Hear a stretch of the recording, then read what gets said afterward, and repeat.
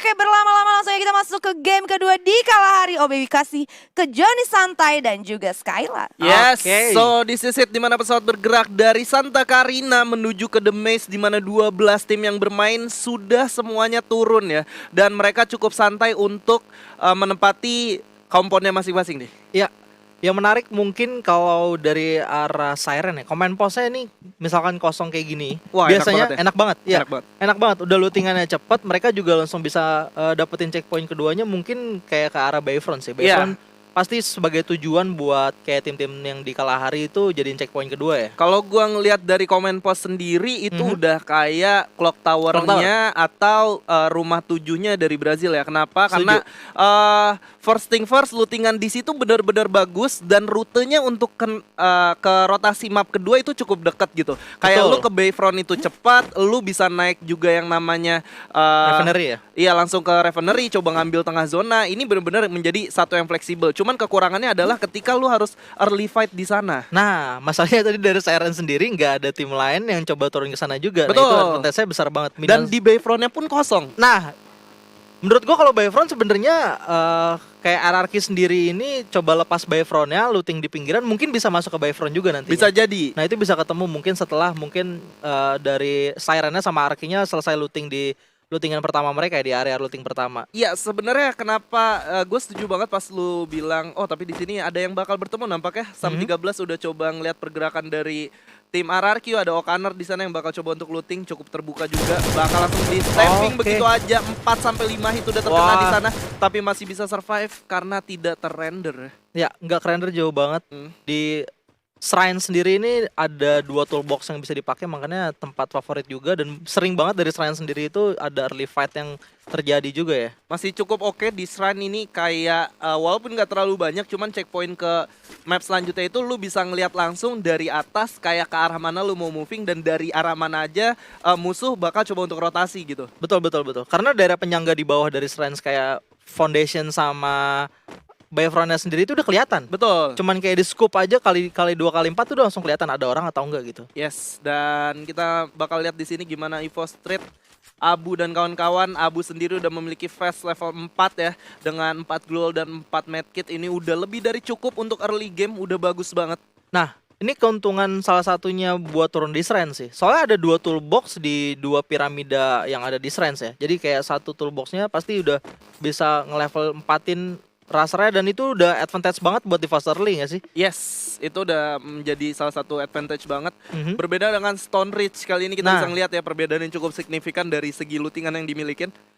Walaupun dari Stone Ridge rumahnya banyak banget, tapi mungkin kayak lebih ke arah ini ya, Cape Town ya, yang banyak banget rumah. Walaupun ada 4 area looting di dalam satu rumah, tapi kebanyakan kayak isinya tuh nggak terlalu bagus gitu. Iya, cuman menurut gua untuk jadi first checkpoint nggak terlalu jelek karena selama gua turun di Stone Ridge ya, gua 4 orang maupun gua perang dengan 2 squad yang berbeda gitu di satu tempat, yaitu di Stone Ridge, masih cukup aman sih untuk segi lootingan. Kayak face-nya bakal dapat semua dan medkit juga nge-cover semuanya, jadi nggak jelek-jelek banget. Yap.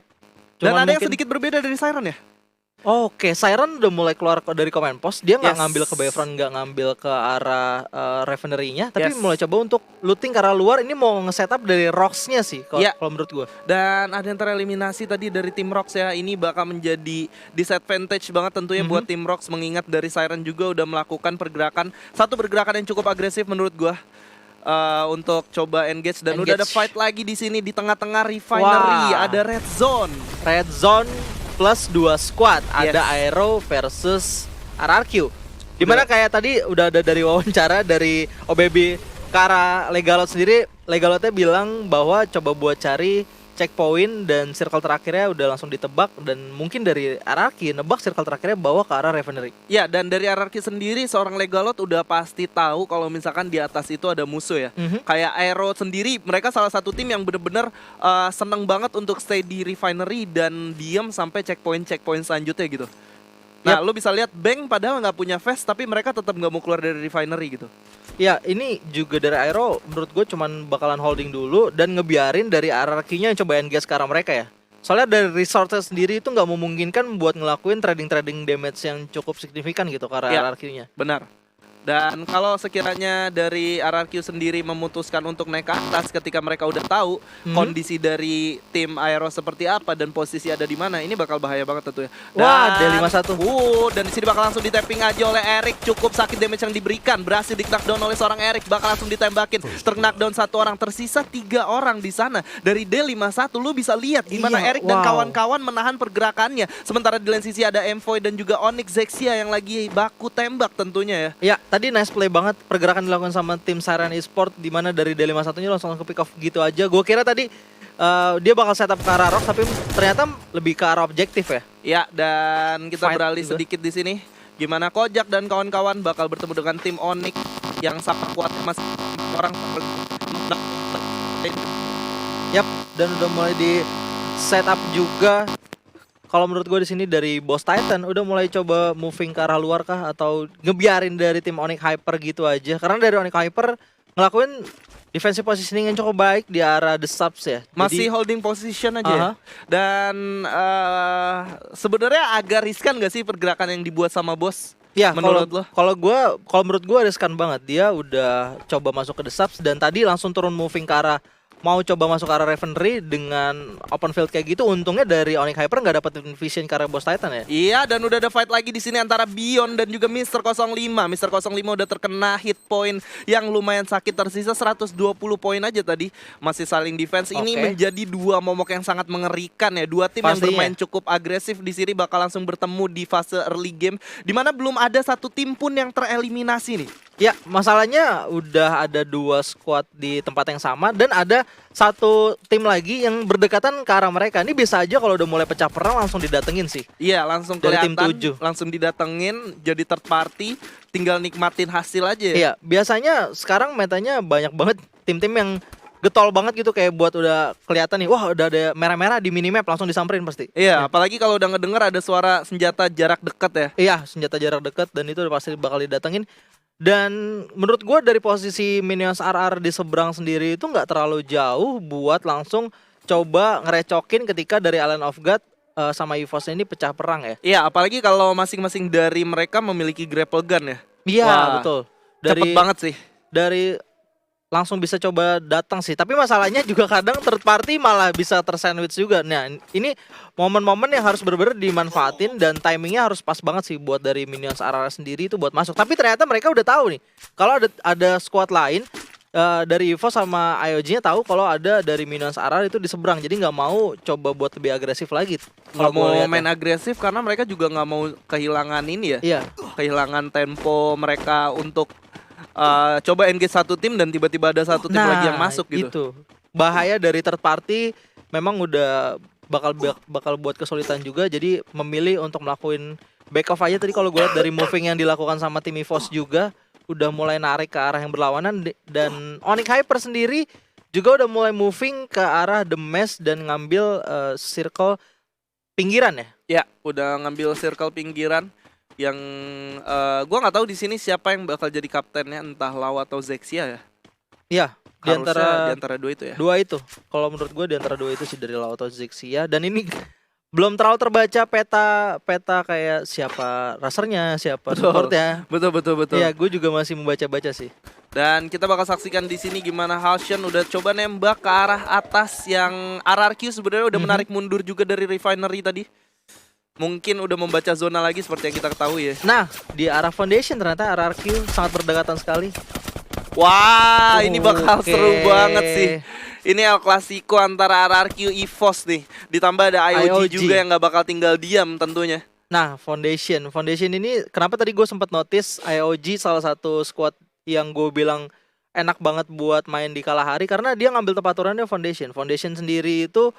Kalau misalkan nggak ada tim lainnya yang coba ke arah sana, mereka cuma bisa holding pindah sedikit di sekitaran Foundation atau mungkin menghindari naik Revener, itu masih it's okay gitu. Tinggal lurus aja menuju ke arah Bayfront sambil nunggu circle-nya ke arah mana. Misalkan kalau ke kanan tinggal ke Bayfront, kalau misalkan masih di Foundation ya di Foundation, kalau misalkan turun ke arah bawah dia bisa lewat The Mesh gitu. Ya betul. Jadi kayak banyak banget rute yang bisa dilewatin dan juga lootingan yang dimiliki Foundation itu banyak gitu. Yeah. Kayak udah lebih dari cukup banget buat kalian kalau misalkan satu tempat looting di foundation aja, tinggal nunggu zona selanjutnya ada di mana aja. Nah, ini Dan udah kalau kita bergeser kelihatan. sedikit dari foundation ke sebelah kiri atau kanannya dari map itu ada satu pembacaan zone ya. Iya, ada satu pembacaan zona. Wow, Jans udah harus dihajar ya.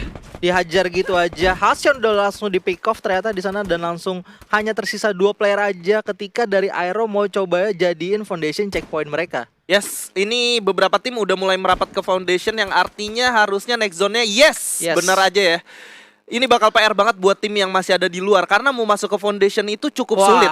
Iya, sulit banget. Foundation di sekelilingnya memiliki area terbuka yang cukup luas, dan udah mulai kelihatan Aero masuk ke dalam foundation udah harus ngebiarin 2 playernya ketinggalan gitu aja. Dan dari Boss Titan nampaknya coba untuk dilakukan sandwich menuju ke arah tim mereka, dan udah mulai terpick off satu persatu, hanya tersisa 2. Dari Kojak udah mulai dijatuhkan juga dan di delete gitu aja. So bahaya banget pergerakan yang dilakukan untuk mengambil ke arah foundation, dan mereka atau circle-nya juga memang sulit sih menurut gua. Ini circle-nya sulit banget, dan kita lihat di sini Onyx udah bakal langsung komit untuk ngehajar tim yang tersisa 2 orang di sini. Yep. Oke, udah bakal diras begitu aja. Lau juga udah masuk di sini. Udah sangat dekat, udah nggak bisa lagi 4 lawan 5 nampaknya. 4 lawan 2 maksud gua. Oke, udah bakal langsung dihajar begitu aja. Gaps bakal coba untuk melakukan perputaran dulu. Cukup sekarat di sini dari Rainbow. Bakal coba untuk berputar, dan yes, harus ditumbangkan di sana. Yap, sudah harus terdelet gitu aja, tapi ada coba firing yang dilakukan dari Pac-Man di sana dengan menggunakan baretanya, mendapatkan 2 pick off, tapi ada sebuah tembok yang bisa dimanfaatkan untuk bersembunyi dan masih bisa survive lagi. Tapi PR-nya adalah circle udah mulai bergerak, dan mereka harus dapetin objektifnya, di mana di dalam objektifnya itu udah ada dari Aero dan RRQ. Itu bakal sulit banget sih. Bakal sulit banget menurut gua. Dan oke, udah ada fight lagi di sini antara tim DG dan juga tim Dranix, di mana Devil udah masuk ke depan. Bakal ada duel lagi di sini. Mora Boy udah bakal langsung jump shot di sana. Easy harus terknockdown dari kejauhan. Ada yang ikut campur dari jauh di sana, nampaknya bakal coba untuk langsung cover temennya. Dan yes, Dranix Vendetta di posisi ke-11. DG Esport bener-bener dibantu oleh tim yang ada di belakang sana. Yap, kalau nggak salah RRQ. Dari RRQ yang berada di luar, dan ini memang struggling banget. D51 coba untuk masuk ke dalam circle, tapi dari Leon udah langsung di pick off begitu aja oleh salah satu player dari Minions RR. Ada pelontar yang coba dipakai, langsung di clearing up begitu aja. Bang Du di sini hanya tersisa sendirian, tapi circle-nya udah sakit banget, nggak bisa buat ditahan lagi. Kembali lagi ke arah DG yang udah mulai melakukan setup dan firing menuju ke arah tim lawannya. Ada Island of God ternyata yang menjadi lawan dari tim DG Esports. Ya, udah masih survive dan masuk ke 7 besar, nggak terlalu jelek walaupun zonanya masih cukup jauh di sini. Inilah satu kesulitan bermain di Kalahari ya, ketika zonanya ada di open field dan udah ada orang yang masuk ke sana duluan. Betul. Dan udah banyak banget tim-tim yang di dalam circle. Tadi kalau gua rasa juga udah ada 3 squad duluan yang dudukin foundation, dan artinya buat tim-tim yang belum ada di dalam foundation kesulitan banget buat masuk. Bisa aja di pick off, tapi momennya bisa dimanfaatin sih buat DG masuk sih. Yes, dan kita lihat di sini perputaran yang cukup bagus. Spearboy mengambil posisi yang lumayan enak untuk masuk ke next zone, tapi hati-hati karena udah bakal ada yang nungguin mereka dari depan maupun dari belakang nih. Yap, betul banget. Dan Island of God udah mulai masuk ke dalam foundation, ditungguin sama RRQ Hades, sudah melakukan setup juga. Ada spam frag grenade yang udah mulai dibuang dari arah tim Island of God menuju ke arah RRQ. Bakal datang atau tidak dari Aero sebagai third party, dan EVOS juga nggak jauh dari sana ternyata. Yes, RRQ bakal bertemu dengan IOG, di mana IOG sendiri udah cukup sakit di sini, terkena oleh zona, dan Hands bakal coba untuk berputar sedikit. Udah ditembakin Bion cukup sekarat di sana oleh Legalot. Dari sebelah kiri juga harus terkena down seorang Okaner. Ada jump shot oleh seorang Bion di sana. Nggak ada glue wall milik Bion di sana. Bakal coba untuk bergantian dan satu persatu saling cover cukup baik nampaknya. Bakal terlihat di sini. Udah ada Bion di sana, satu orang udah terkena down. Chanzu, Legalot tersisa sendirian di sini, berhasil meng-knockdown satu orang. Ada 2 orang yang berhasil dipulangkan oleh Legalot di sana, tapi belum langsung di end. Bion udah kelihatan di sini, bakal langsung ditembak, dan oh my god, IOG di posisi ke-5. RRQ Hades mendapatkan 10 poin eliminasinya walaupun harus struggling di awal. Oh my god, Legalot bisa nahan 2 orang dari tim Island of God dengan pakai SKS. Pakai SKS dia langsung bisa nge-pick off 2 orang, walaupun tadi 3 versus 2 harusnya bisa dimenangkan sama IOG sih. Iya, dan Bion juga tadi walaupun sedikit ya dari darahnya, tapi memberikan perlawanan yang cukup menyulitkan untuk Legalot, tapi memang sulit masih sulit ya. Betul, masih sulit dan langsung dimenangkan sama RRQ aja. Tapi dari RRQ sendiri masih punya PR yang cukup besar. Ada 3 squad, Aero dan Siren dan RRQ ditungguin sama EVOS di area seberang. Yes, dan jangan lupa EVOS di sini masih lengkap 4 orang bosku. Nah. Dan ini menjadi checkpoint yang bagus banget buat EVOS karena mereka masih berempat dan masih ada di late game. Yap, dan akhirnya Pac-Man udah mulai pecah perang juga. Siren di sini langsung coba untuk melakukan pick off menuju ke arah dari EVOS. Abu di sana didapatkan gitu aja. Ada obstacle yang sangat baik dimiliki sama Siren, tapi dari RRQ bakal nungguin gitu aja. Udah pelontar dari 05 yang langsung kena menuju ke arah Siren. Pelontar kedua langsung diluncurkan gitu aja, di delete begitu saja tanpa bisa untuk di revive. So masih ada vehicle atau kaleng-kaleng yang dimanfaatkan oleh Raw. Langsung coba untuk dilakukan firing. Dari 05 masih pegang sebuah M79 ya tentunya. Ya, dan ini yang gue bilang ketika EVOS masuk ke zona terakhir dan masih lengkap 4 orang, mereka bisa memberikan semua hal yang cukup banyak. Tentunya ada M79 bakal langsung ditembakin. Udah terganti-ganti di sana yang terkena knockdown. Ada Raw juga, Justin dan Eric bakal coba untuk melakukan pushing ke depan. Tapi gak cukup kuat, tersisa Justin sendiri di sini. Bakal memilih untuk dieliminasi. Dan EVOS Esports dengan 6 poin eliminasi berhasil mendapatkan buya di game kedua. Iya, ini adalah EVOS di mana mereka tetap dengan 4 orang sampai ke late game. Sudah tidak bisa dibendung. Ini yang gue bilang, ketika checkpoint mereka masuk ke zona kelima dan zona keenam masih lengkap.